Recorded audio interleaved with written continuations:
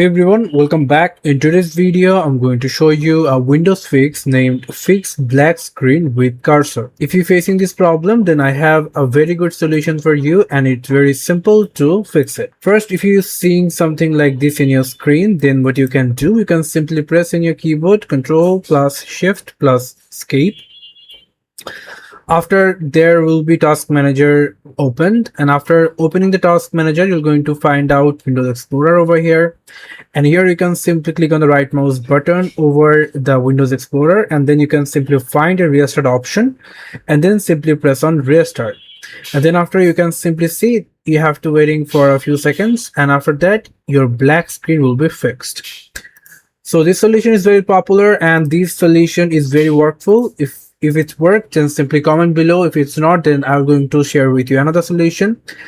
And I hope this will fix you. Thank you so much for watching. I hope to see you in another videos. Till then, goodbye.